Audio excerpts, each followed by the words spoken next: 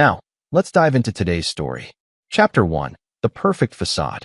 Dr. Benjamin Ben Hartwell stood in the doorway of his son's bedroom, watching 7-year-old Tommy sleep peacefully under his dinosaur-themed comforter.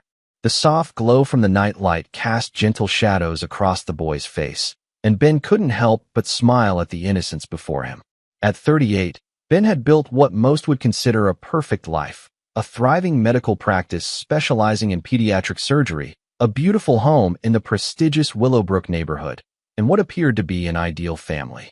His wife of 12 years, Victoria Tori Hartwell, had been the golden girl of their college, blonde, vivacious, and possessed of a charm that could light up any room.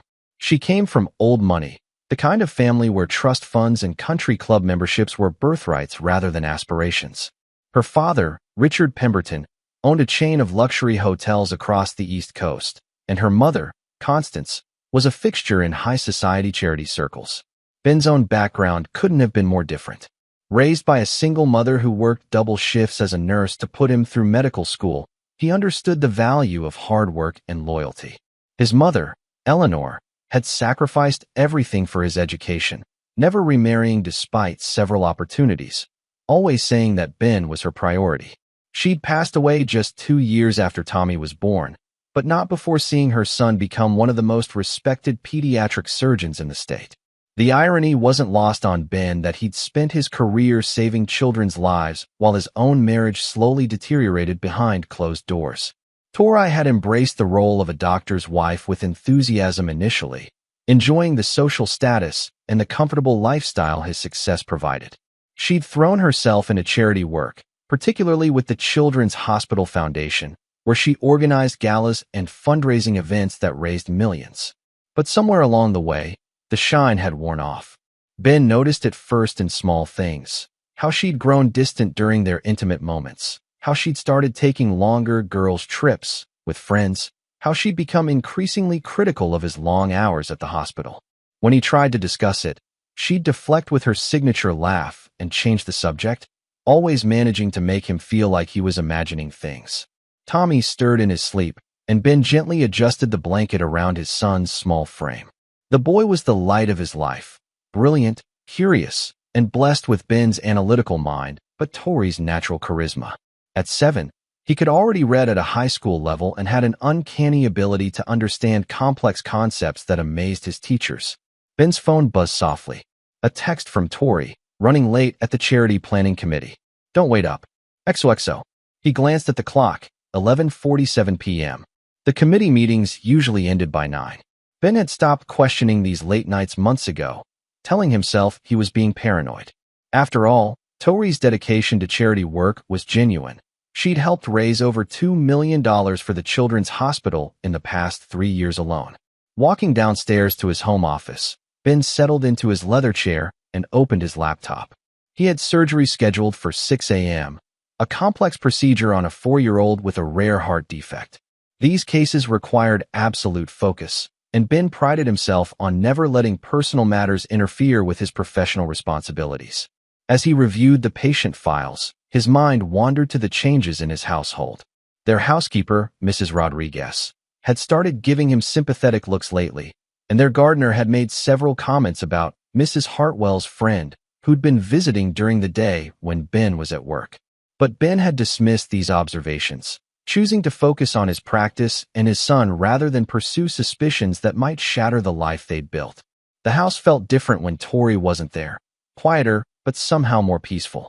Ben found himself appreciating these solitary moments more and more, time when he could simply exist without the constant undercurrent of tension that seemed to follow his wife lately. His phone rang, displaying the hospital's number. "Dr. Hartwell speaking." "Doctor, I'm sorry to call so late, but we have an emergency. A 6-year-old came in with internal bleeding from a car accident. The family specifically requested you."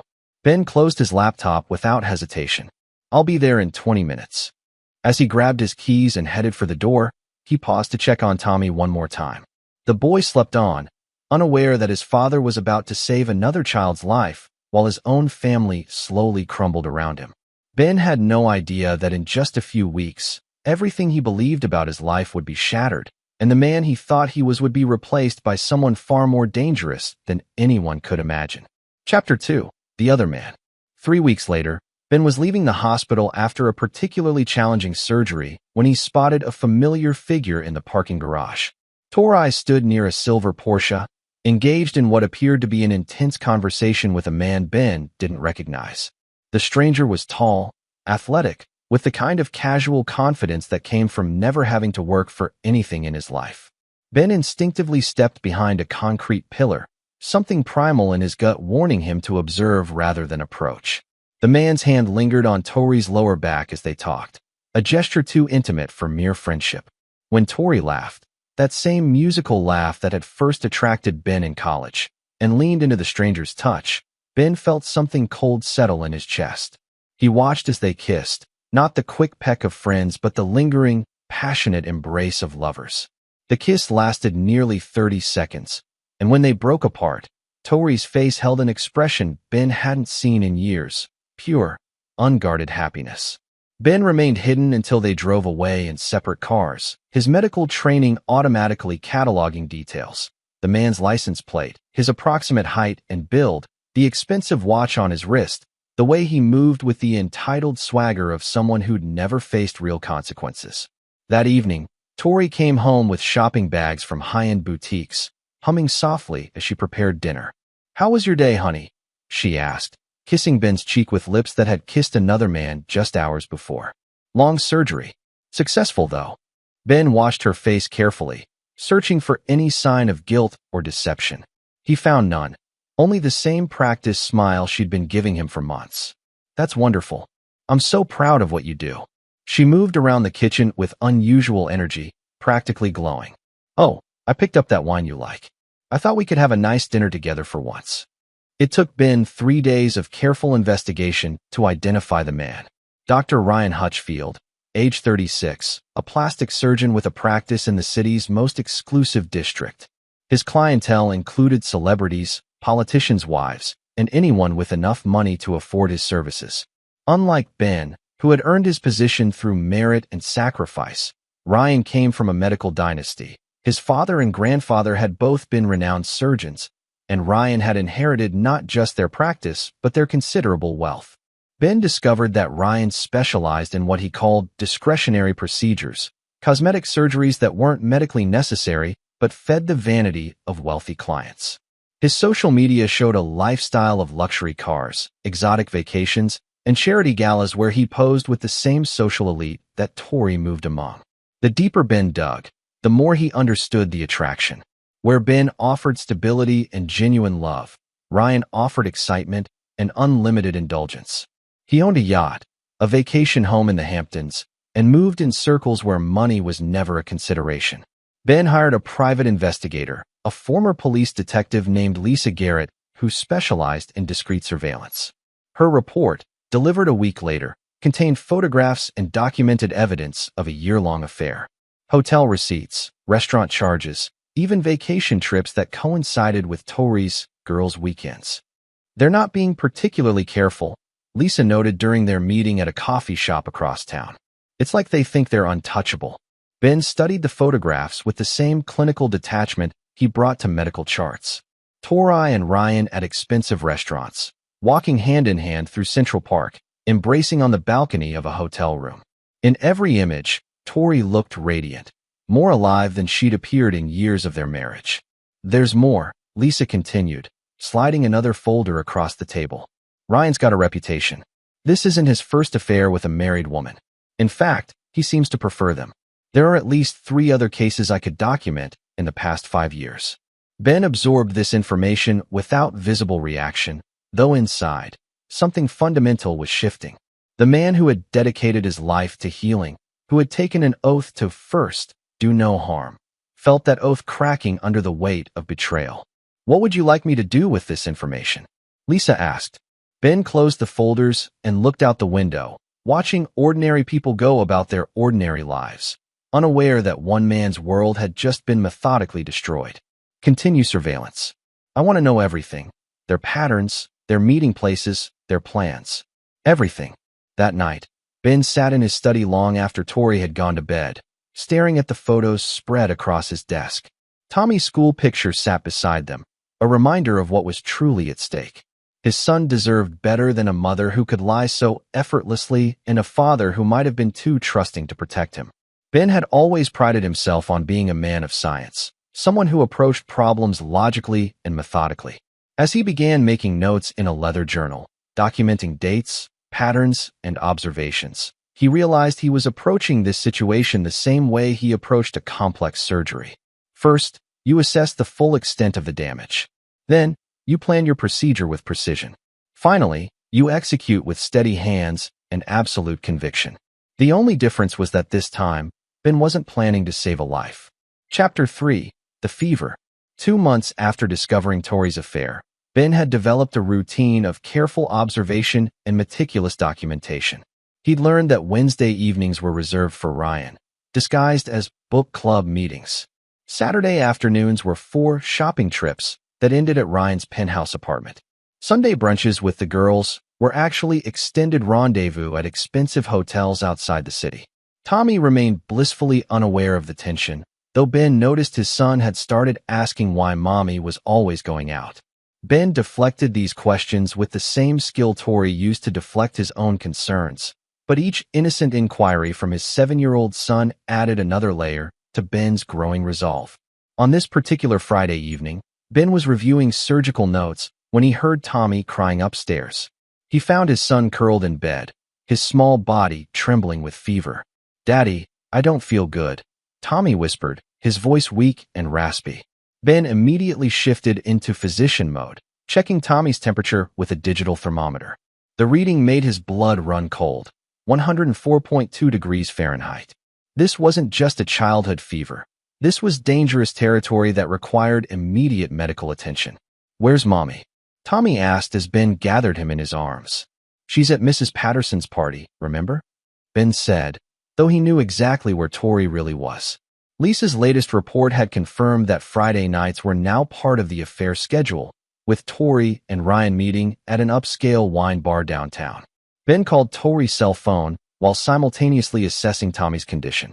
The fever was accompanied by a rash on his torso and neck stiffness, symptoms that could indicate anything from a severe infection to something as serious as meningitis. "Ben, what's wrong?" Tori's voice carried the background noise of laughter and clinking glasses. "Tommy has a fever of 104. I need to get him to the hospital now. Can you meet us there?" There was a pause, then Tori's laugh, but not the one meant for him. "He's manipulating us for attention," she said, clearly addressing someone else. "Let him sweat it out." Ben's hand tightened on the phone. "Tori, this is serious. He needs—" "Oh, please, Ben. You're always so dramatic about every little sniffle. It's probably just a cold. Give him some children's Tylenol, and he'll be fine in the morning. His temperature is 104 degrees. That's not a cold. You're overreacting because you're a doctor. Not every fever is a medical emergency. I'm not leaving Rachel's party because Tommy wants attention." The line went dead. Ben stared at the phone for a moment, processing what had just happened. His wife, Tommy's mother, had just dismissed their son's serious medical condition so she could continue her evening with her lover. The woman he'd married, who'd once cried over a sick kitten, had just callously disregarded their child's welfare. Tommy's breathing had become more labored, and his skin felt like fire against Ben's hands. Without another moment's hesitation, Ben wrapped his son in a blanket and called 911. "This is Dr. Benjamin Hartwell. I need an ambulance at 1247 Willowbrook Drive. My 7-year-old son has a high fever with neurological symptoms. I'll meet the paramedics at the door." As he waited for the ambulance, Ben held Tommy close, feeling the boy's rapid heartbeat against his chest. "It's going to be okay, buddy. Daddy's going to take care of you." Tommy looked up with glassy, fever-bright eyes. "Is Mommy coming?" "No, son. Mommy's busy." The ambulance arrived within 8 minutes, and Ben rode with Tommy to the hospital, holding his son's small hand as the paramedics worked to stabilize his vitals. The emergency room staff immediately recognized Ben and expedited Tommy's treatment. Dr. Sarah Kim, the attending pediatrician, confirmed Ben's worst fears after running blood tests and a lumbar puncture. "It's bacterial meningitis. We caught it early, but he'll need aggressive antibiotic treatment and monitoring for the next 48 hours. As Tommy was admitted to the pediatric ICU, Ben sat beside his son's bed, watching the monitors track every heartbeat and breath. His phone buzzed with a text from Tori. "How's Tommy? Can't talk right now, but we'll check in later. XOXO. Ben turned off his phone and opened his laptop, accessing the secure email system he used for medical consultations. But instead of patient correspondence, he composed a different kind of message. "Lisa, I need you to accelerate the timeline. Have the custody papers prepared immediately. I want them served Monday morning." He paused, looking at his sleeping son, then continued typing. "Also, begin comprehensive background checks on Ryan Hutchfield. Financial records, professional history, personal relationships. I want to know everything about him, especially anything he wouldn't want made public." Ben sent the email and closed the laptop. As he settled back into the bedside chair for what would be a long night of monitoring Tommy's condition, he felt something crystallize inside him. The man who had spent years giving Tori the benefit of the doubt, who had explained away suspicious behavior and ignored obvious red flags, was gone. In his place sat someone much more dangerous. A father whose child had been abandoned in a moment of crisis, a husband whose trust had been shattered beyond repair, and a man who possessed both the intelligence and resources to ensure that betrayal came with consequences. Tommy stirred in his sleep, and Ben gently squeezed his son's hand. "Don't worry, buddy," he whispered. "Daddy's going to make sure you're protected from now on, no matter what it takes." Chapter 4. The Serving. Tommy's recovery took 5 days in the hospital, during which Tori visited exactly twice, both times for less than an hour, and both times accompanied by perfectly reasonable excuses about charity obligations and family commitments. She brought flowers and a stuffed animal, posed for a selfie with Tommy that she immediately posted to social media with the caption, "My brave little warrior," and spent most of her visit checking her phone. Ben watched his wife's performance with clinical detachment, noting how she positioned herself for maximum sympathy while investing minimal actual effort. She played the role of concerned mother just well enough to maintain appearances, but Ben could see through the facade now. Every gesture felt calculated, every expression of concern hollow. "The important thing is that he's getting better," Tori said brightly as they prepared to take Tommy home. "Children are so resilient, aren't they?" Ben simply nodded, helping Tommy into his wheelchair for the discharge process. His son was weak but recovering well, the antibiotics having successfully fought off the infection. The doctors had confirmed what Ben already knew. Early intervention had saved Tommy's life.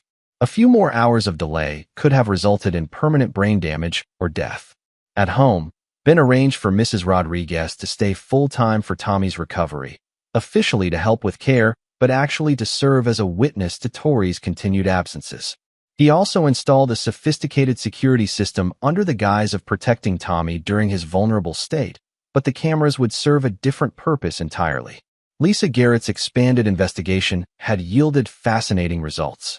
Ryan Hutchfield, despite his successful practice and inherited wealth, had some interesting financial patterns. His lifestyle exceeded even his considerable income, funded by a series of increasingly risky investments and loans. More intriguingly, he had a history of targeting wealthy married women, often receiving gifts from them in the form of expensive jewelry, cars, and even real estate investments. "He's essentially a high-end gigolo with a medical degree," Lisa explained during their meeting at Ben's office after hours. "He uses his professional status to access wealthy social circles, then cultivates relationships with married women who have access to substantial assets." Ben studied the financial records spread across his desk. "How many others?" "At least 6 that I can document. The pattern is always the same.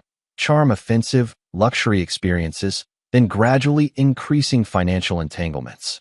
The women usually leave their husbands and transfer significant assets to Ryan, either directly or through joint investments. And after the divorces?" Lisa's smile was grim. "Ryan gets bored remarkably quickly once the challenge is gone. The average relationship lasts about 8 months post-divorce." Ben absorbed this information while reviewing photographs from Ryan's social media accounts. The man documented his lifestyle obsessively: expensive dinners, luxury vacations, designer clothing, high-end cars. In many photos, Ben could see jewelry and accessories that he now recognized as items Tori had claimed to purchase for herself. "There's something else," Lisa continued. I've been monitoring their communications. They're planning something for this Sunday. She handed Ben a printed transcript of text messages between Tori and Ryan, obtained through methods Ben didn't want to know about. The conversation revealed plans for Tori to attend Sunday brunch at the Willowbrook Country Club with the girls, but the real plan involved Ryan meeting her there. They'd apparently reserved a private dining room to discuss their future together. Ben read the messages twice, his jaw tightening with each exchange. They discussed him with casual contempt, referring to him as the obstacle, and joking about his devotion to his work. Ryan had written, "Once the divorce is final, we can travel anywhere. Your husband's money will last us years." Tori's response was even worse. "Tommy will adjust. Children are adaptable." And Ben's so focused on his patience, he probably won't even notice we're gone half the time. Ben set down the papers and looked out his office window at the city skyline, lights twinkling in the distance like stars. Somewhere out there, his wife was probably with her lover right now, planning a future that involved discarding him and minimizing Tommy to convenient weekend visits. "When do you want the papers served?" Lisa asked. Ben checked his calendar. Sunday brunch at the country club would be perfect. Maximum witnesses, maximum humiliation. Tori valued her social standing above almost everything else. Having her serve divorce papers in front of her entire social circle would be devastating. Sunday at 11 a.m. The country club's main dining room. And the custody filing? Ben had spent considerable time crafting this strategy with his attorney, David Ross, one of the state's most ruthless family law specialists. The custody petition wouldn't just seek primary custody. It would seek sole custody based on documented abandonment and neglect. The medical records from Tommy's hospitalization, combined with witness testimony about Tori's absence during the medical emergency, would paint a damning picture of parental abandonment. File for sole custody. Include the medical records, the timeline of her absences during Tommy's illness, and Mrs. Rodriguez's statement about Tori's negligence. Lisa nodded, making notes. Ross says you have a strong case. Abandoning a child during a medical emergency while engaging in an extramarital affair doesn't play well with family court judges. Ben stood and walked to his window, watching the late evening traffic flow through the city streets below. Each car contained people living their lives, pursuing their dreams, loving their families. Most of them would never experience the kind of betrayal that had shattered his world. But Ben was learning that betrayal, properly handled, could be transformed into something else entirely. The rage he'd felt initially had crystallized into something colder and more focused. A determination to ensure that actions had consequences and that people who abandoned their responsibilities faced appropriate penalties. "There's one more thing I want you to do," Ben said without turning around. "I want comprehensive surveillance of Ryan's apartment this weekend. If they're planning their future together, I want to know exactly what that future looks like." As Lisa gathered her materials and prepared to leave, Ben remained at the window, already planning his next moves. The serving of papers would be just the beginning. Tori and Ryan had made the mistake of underestimating him, of viewing him as a predictable obstacle to be circumvented rather than an adversary to be respected. They were about to learn the difference. Chapter 5. The Trap Springs. Sunday morning arrived with the kind of crisp autumn weather that made the Willowbrook Country Club's terrace dining room particularly popular. Ben knew this because he'd spent years attending charity events there with Tori, watching her work the room with practiced charm while he made polite conversation with other husbands who shared his outsider status in this world of inherited privilege. Tommy was feeling much better, though still weak enough to require careful monitoring. Ben had arranged for Mrs. Rodriguez to stay with him, officially for care, but actually to ensure witness protection of his son during what was about to unfold. "Can we go to the park later, Daddy?" Tommy asked over breakfast, his appetite finally returning to normal. "Maybe tomorrow, buddy. Daddy has some important business to take care of today." Tori breezed into the kitchen at 10:30, dressed in a cream-colored designer dress that Ben now realized had probably been purchased with Ryan's tastes in mind. Her hair was styled in loose waves, and she wore the diamond earrings he'd given her for their 10th anniversary, ironic jewelry for infidelity. "I'm heading to brunch with the girls," she announced, kissing Tommy's forehead and Ben's cheek with practiced efficiency. "We're planning the Christmas charity auction, so I might be late." "Take your time," Ben said mildly. "I'll be here with Tommy." He watched through the kitchen window as Tori drove away in her white BMW, heading toward a collision she couldn't imagine. Lisa's surveillance team was already in position at the country club, and the process server was waiting for the signal. At 11:15, Ben's phone buzzed with a text from Lisa. Package delivered. Ben found himself curious about the exact moment of impact, so he'd asked Lisa to provide a detailed account. The report came through an hour later, and Ben read it while sitting in his study, Tommy napping safely upstairs under Mrs. Rodriguez's watchful eye. Tori had arrived at the country club at 10:45, immediately heading to the private dining room where Ryan was waiting with champagne and strawberries. According to the surveillance team, they'd embraced passionately before settling into intimate conversation, their body language suggesting people making serious plans together. At exactly 11 o'clock, a professional process server named Michael Torres had approached their table. He was a former Marine who specialized in high-stakes service situations and had no patience for drama or delays. Victoria Hartwell? Tori had looked up from her champagne flute, probably assuming he was club staff. Yes. You've been served. Torres placed the legal documents beside her plate with military precision. Divorce and custody papers. Have a good day. The surveillance team, positioned strategically throughout the dining room, had documented Tori's reaction in detail. According to their report, she'd gone completely white, staring at the papers as if they might disappear. Ryan had immediately grabbed the documents, scanning them quickly before his face took on what Lisa described as the expression of a man realizing he'd miscalculated badly. But the real drama had unfolded as other diners began to notice the commotion. The country club's Sunday brunch was a social event where gossip traveled faster than wildfire, and within minutes, half the room was buzzing with speculation about what had just happened to Tori Hartwell. According to witness accounts that would later prove useful in court, Tori had stood abruptly, knocking over her champagne glass, and began shouting that this was a mistake and harassment. Ryan had tried to calm her down, but his efforts only drew more attention to their table and their obvious intimate relationship. The scene had culminated with Tori storming out of the dining room while Ryan followed, both of them running a gauntlet of raised eyebrows and knowing looks from the cream of Willowbrook society. By the time they reached the parking lot, Tori was crying hysterically while Ryan appeared to be having a very serious conversation about damage control. Ben closed the surveillance report and walked upstairs to check on Tommy, who was coloring in a dinosaur book while Mrs. Rodriguez read nearby. His son looked up with bright eyes, his fever completely gone. How are you feeling, buddy? Much better, Daddy. When is Mommy coming home? Ben sat on the edge of Tommy's bed, choosing his words carefully. Mommy might be staying somewhere else for a while, but you and I are going to be just fine. Tommy accepted this with the resilience of childhood, returning to his coloring. Ben kissed his son's forehead and went back downstairs, where his phone was already ringing. Ben. Tori's voice was shrill with panic.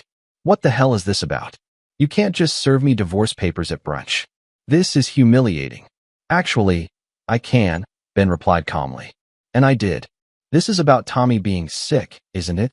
You're being completely unreasonable. Children get fevers all the time. This is about you abandoning our son during a medical emergency to continue your affair with Ryan Hutchfield. The silence on the other end stretched for nearly 30 seconds. When Tori spoke again, her voice had changed, the panic replaced by calculation. I don't know what you think you know, but I know everything, Tori. The hotels, the restaurants, the trips. I know about Ryan's financial situation and his history with married women. I know about your plans to travel together after our divorce. Another pause. Then, Ben, we can work this out. We can go to counseling. No, Ben interrupted, his voice carrying a finality that surprised even him. We can't. The only thing we're going to work out is custody arrangements and asset division. You can't take Tommy away from me. I'm not taking him away. You already abandoned him. I'm just making it official. He hung up and immediately called David Ross, his attorney. How did it go? David asked. Exactly as planned. She's panicking, which means she'll make mistakes. How long before the custody hearing? Emergency hearing is scheduled for Thursday. With the medical records and witness testimony, we should get temporary sole custody pending full proceedings. Ben walked to his study window, looking out at the perfectly manicured lawn that represented everything he'd built for his family. Soon, it would be just him and Tommy, which felt more like a beginning than an ending. His phone buzzed with a text from an unknown number. "This isn't over. You don't know who you're messing with." Ben smiled grimly and forwarded the message to Lisa with a note. "Looks like Ryan wants to play. Let's see what other interesting information we can find about Dr. Hutchfield's business practices." The first phase of his plan was complete. Tori and Ryan had been exposed and humiliated. The legal machinery was in motion, and Tommy was safe. But Ben was just getting started. After all, abandoning a child during a medical emergency while laughing about it deserved consequences that extended far beyond divorce papers. Chapter 6. The Doctor's Dilemma. 3 days after the country club humiliation, Ben received an interesting phone call at his office. Dr. Ryan Hutchfield wanted to meet, ostensibly to discuss the situation like civilized men. Ben agreed, curious to see what kind of man would target another man's wife and family with such calculated precision. They met at a coffee shop in neutral territory, away from both the hospital and Ryan's clinic. Ben arrived first, choosing a corner table where he could observe Ryan's entrance and body language. When Ryan walked in, Ben was struck by how ordinary he looked without the surgical scrubs or expensive clothes. Just another man in his late 30s trying to project confidence he didn't entirely feel. "Dr. Hartwell," Ryan said, extending his hand with forced professionalism. "Thank you for meeting with me." Ben shook the offered hand, noting that Ryan's grip was firm but his palm was slightly damp, a subtle sign of nervousness. "Dr. Hutchfield, what did you want to discuss?" Ryan sat down and launched into what was clearly a rehearsed speech about unfortunate misunderstandings and complicated situations. He painted himself as a man who had simply fallen in love, emphasizing his genuine feelings for Tori while carefully avoiding any acknowledgement of the damage he'd helped cause. "I understand you're upset," Ryan said, his tone suggesting he viewed Ben as an unreasonable obstacle rather than a wronged husband. "But Tori and I didn't plan for this to happen. Sometimes people just connect." Ben listened without expression, cataloging every word and gesture. Ryan was performing, trying to establish himself as the reasonable party while positioning Ben as an overly emotional husband who couldn't accept that his marriage was over. "What exactly are you proposing?" Ben asked. "A civilized divorce. Tori gets reasonable custody of Tommy, you get a fair division of assets, and we all move forward with our lives. No need for public drama or ugly court battles." Ben almost laughed. The audacity was breathtaking. Ryan was essentially asking Ben to facilitate his own destruction while making it as convenient as possible for the people who had betrayed him. "And if I don't agree to your definition of reasonable?" Ryan's mask slipped slightly, revealing something harder underneath. "Look, I understand you're angry, but you should know that Tori and I are serious about our future together. Fighting this will only hurt Tommy in the long run." "You're threatening me?" "I'm explaining reality." Ryan leaned forward, his voice dropping. "I have resources, connections, and influence in this city. Tori comes from one of the most prominent families in the state. If you try to make this difficult, you'll find yourself fighting battles you can't win." Ben studied Ryan's face, noting the way his eyes had hardened and his posture had shifted from supplicant to predator. This was the real Ryan Hutchfield, not the charming doctor or devoted lover, but a man who viewed other people as obstacles to be overcome or assets to be acquired. "Interesting," Ben said mildly. "And how exactly would you make things difficult for me?" Ryan smiled, the expression cold and calculating. "Hospital board members talk to each other. Wealthy patients have choices about which surgeon to trust with their children. Medical licenses require peer review for renewal.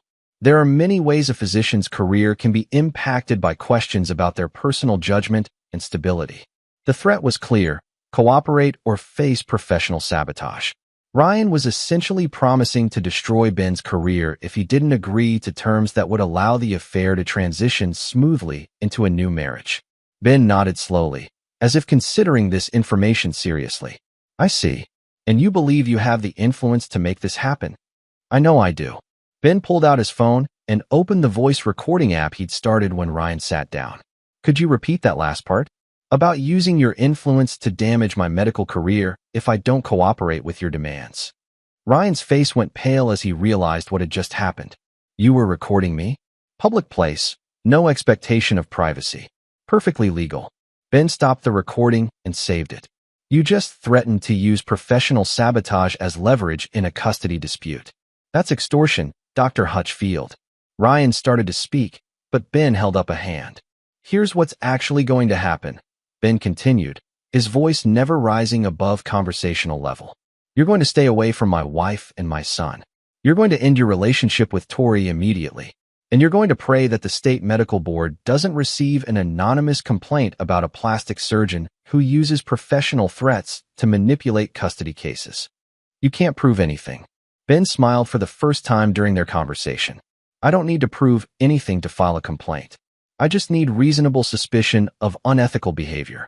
The investigation that follows will be thorough. He leaned back in his chair, watching Ryan process this new reality. You see, Doctor, you made two critical errors. First, you assumed I was just another cuckolded husband who would roll over to avoid embarrassment. Second, you threatened my ability to save children's lives.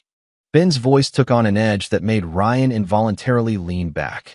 I've dedicated my entire adult life to pediatric surgery. I've saved hundreds of children, including premature babies that other doctors gave up on. My reputation isn't just professional. It's built on a foundation of saved lives. He stood, preparing to leave. If you try to damage that reputation, if you interfere with my ability to help sick children, I will destroy you so completely that you'll wish you'd never heard the name Hartwell. Ryan found his voice as Ben walked away. This isn't over. Ben turned back, his expression deadly calm. No, it's not. But it's going to end very badly for you if you don't make better choices going forward. As Ben left the coffee shop, he felt a cold satisfaction settle in his chest.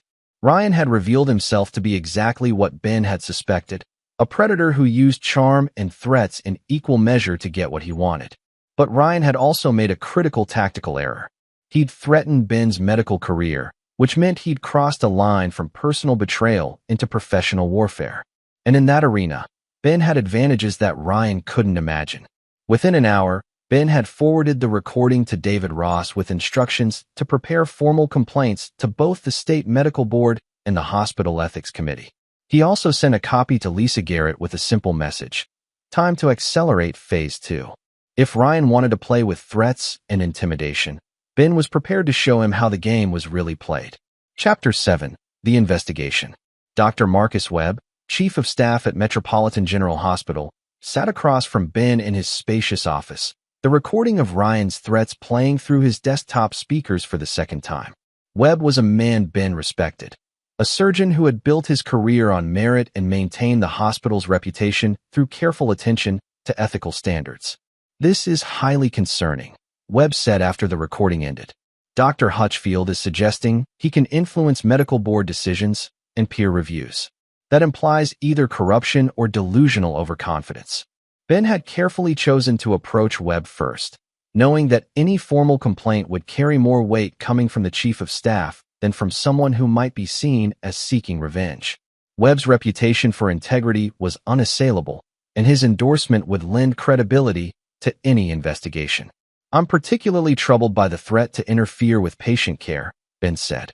If he's willing to suggest that wealthy patients might avoid a surgeon based on personal grudges, it raises questions about his own decision-making process.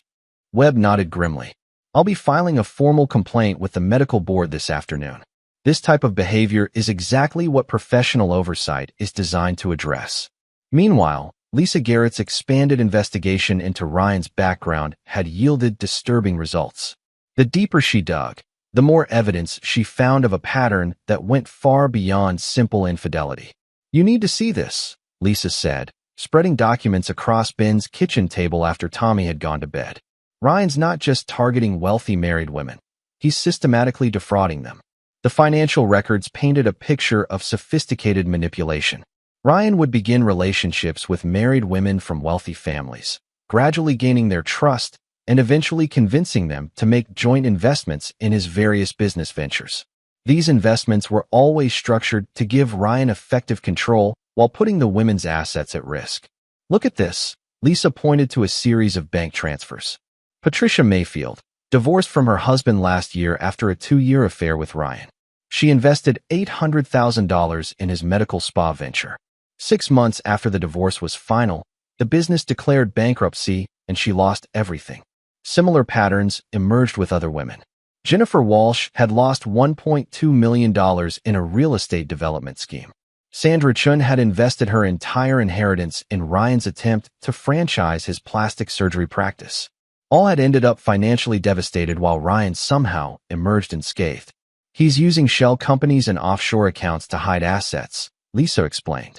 The women think they're investing in legitimate businesses with their partner, but they're actually funding his lifestyle while assuming all the legal liability.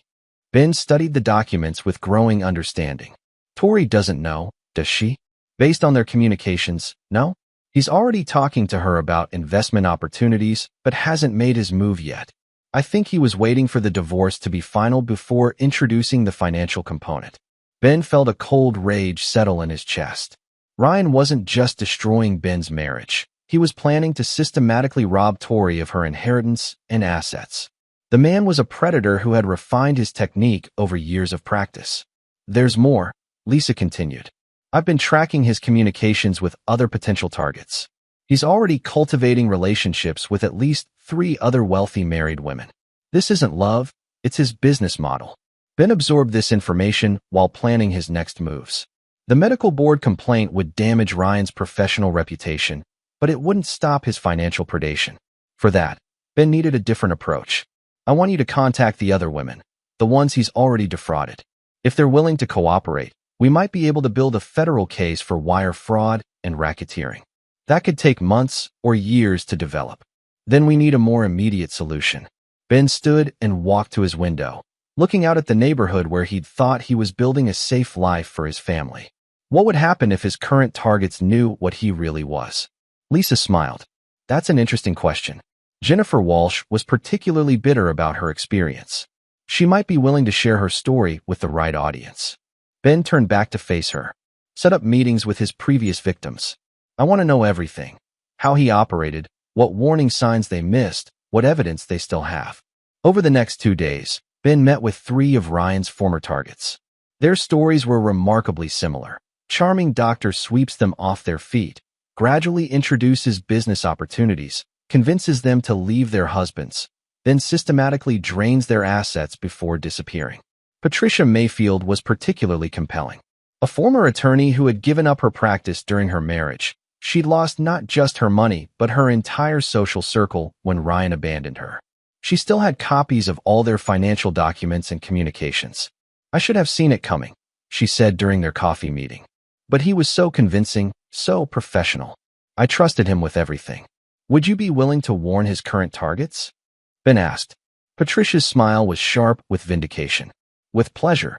Ben's phone rang as he drove home from the meeting. The caller ID showed Webb's office. Ben, we have a problem, Webb said without preamble. The medical board moved quickly on the complaint. They started a preliminary investigation this morning, but Ryan's attorney has filed a counter-complaint. What kind of counter-complaint? Professional harassment, abuse of process, and personal vendetta. He's claiming you're using your position and reputation to orchestrate a campaign of professional destruction because you can't accept that your wife chose someone else. Ben pulled over to focus on the conversation. Do they have any evidence? That's just it, they do. Someone's been feeding them information about your investigation, your meetings with his former associates, even details about your surveillance activities. Ben felt a chill run down his spine. Someone's watching me. It appears so. Ben, you need to be very careful here. If they can prove you've been conducting a personal vendetta using professional channels, it could backfire spectacularly.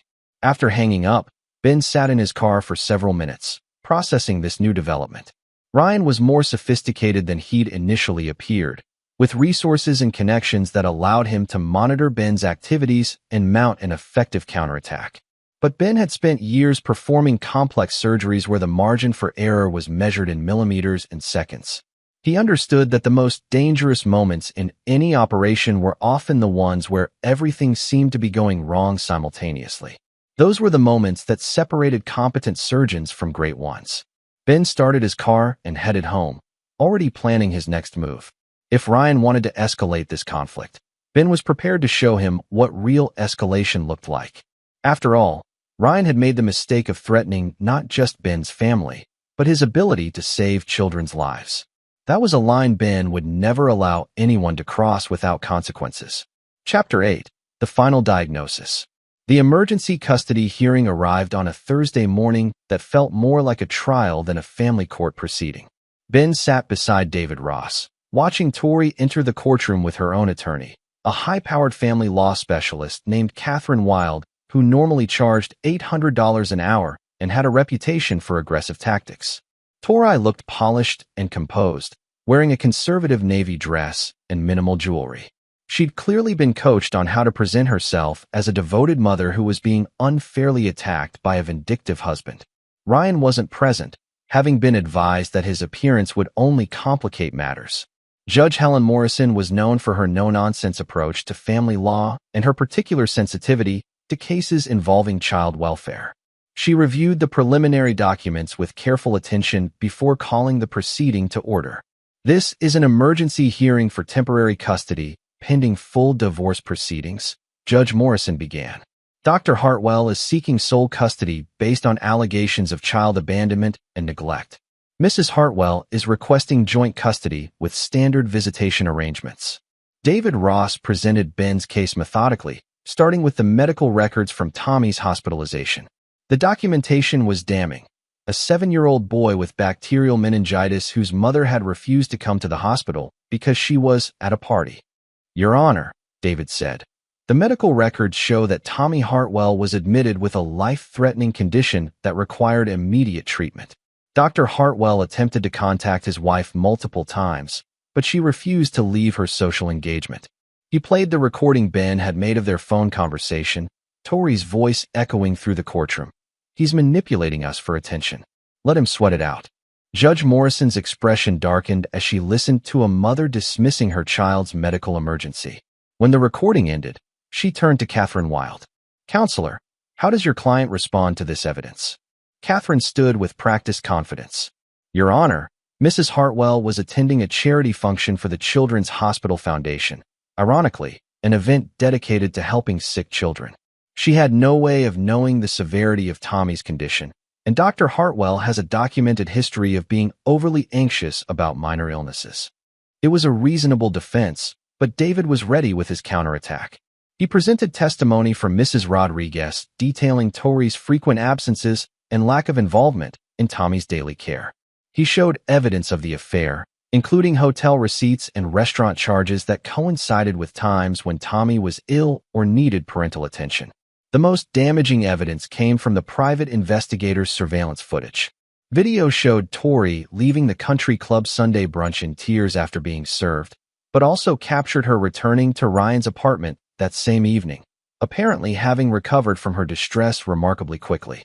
Your Honor, David continued, this footage was taken 3 days after Mrs. Hartwell's son was hospitalized with a life-threatening illness. Rather than focusing on his recovery, she was continuing her extramarital relationship. Judge Morrison studied the evidence carefully before turning to Tori. Mrs. Hartwell, I'm going to ask you directly, when your son was hospitalized with bacterial meningitis, why did you choose not to go to the hospital? Tori stood, her composure beginning to crack under the judge's direct stare. Your Honor, I was told it was just a fever. My husband tends to be dramatic about medical issues. I thought he was overreacting. Your husband is a pediatric surgeon, Mrs. Hartwell. When a pediatric surgeon tells you that your child has a 104-degree fever and needs emergency care, do you typically dismiss that as overreacting? No, Your Honor. I made an error in judgment. Judge Morrison's next question cut to the heart of the matter.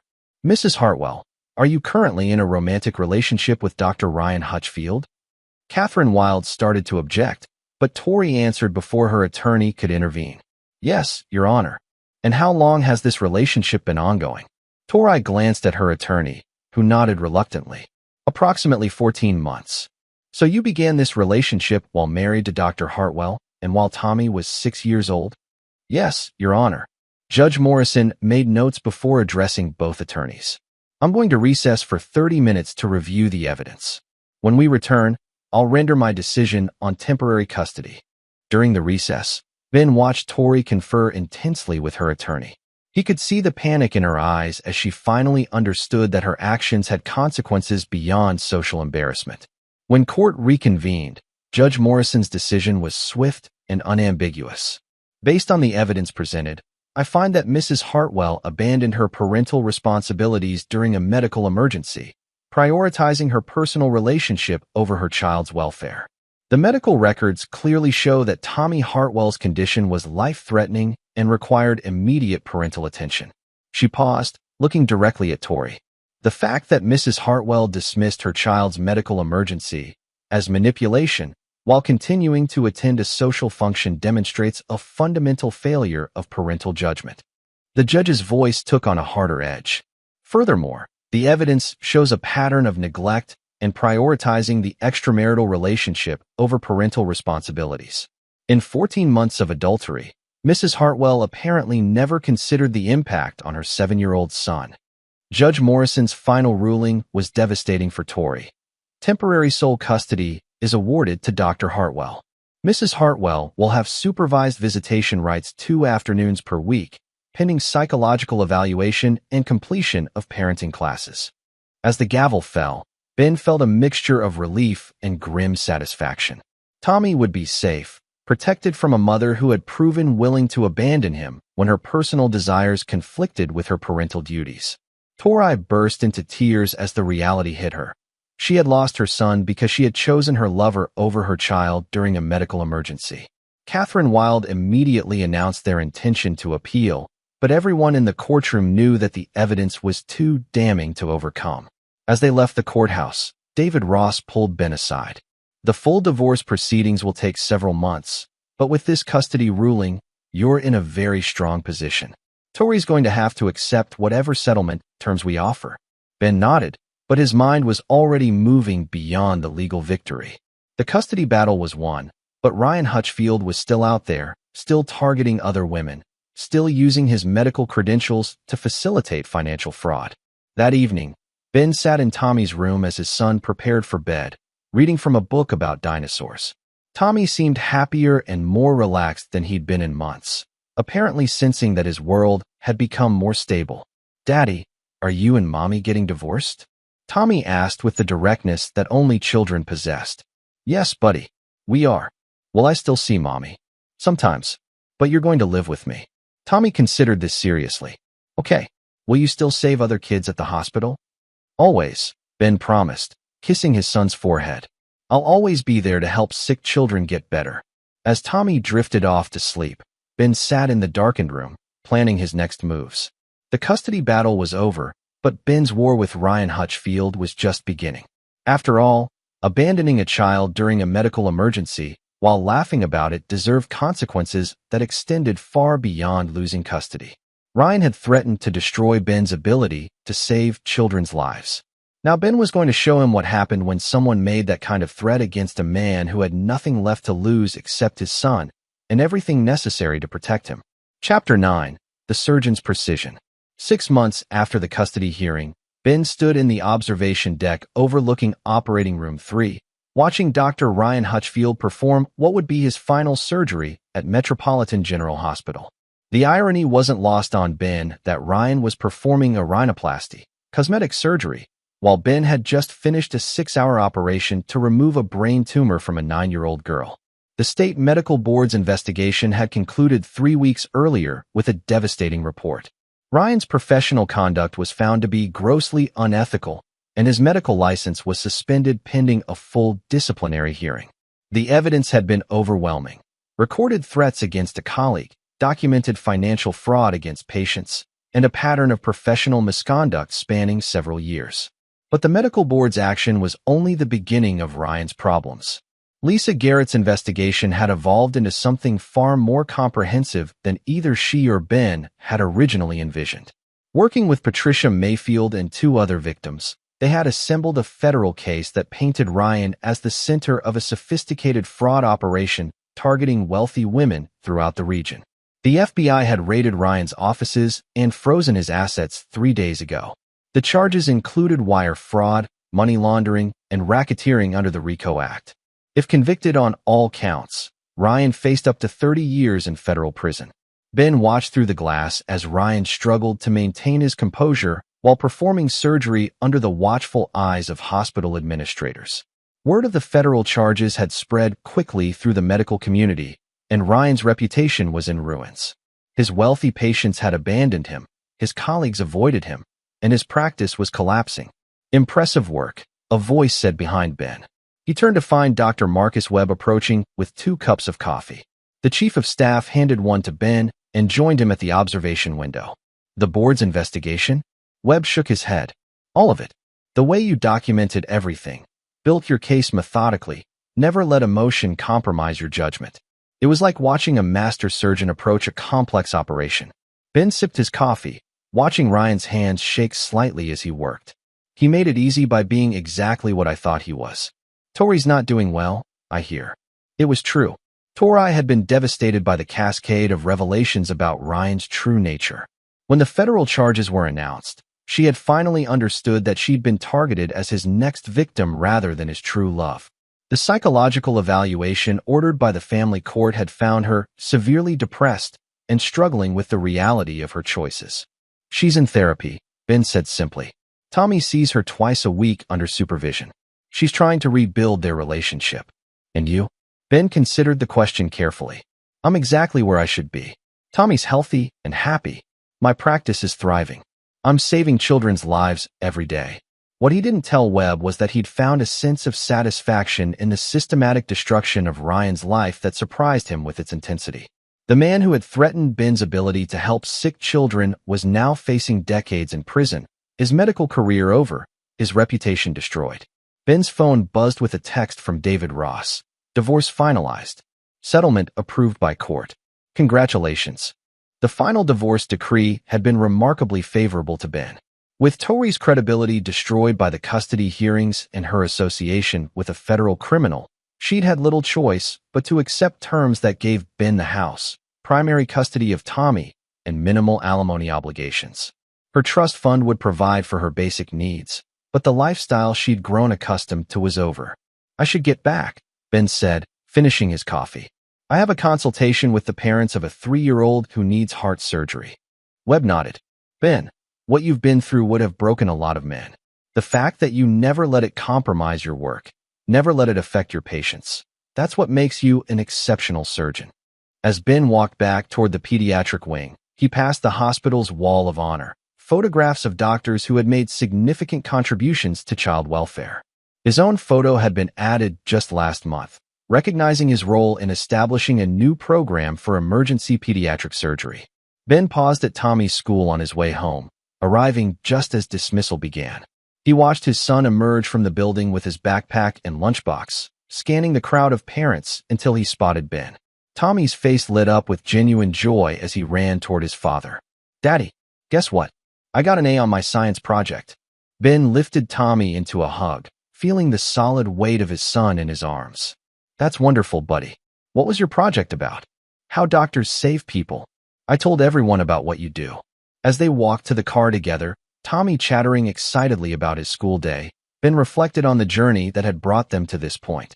The betrayal that had nearly destroyed his family had ultimately made them stronger.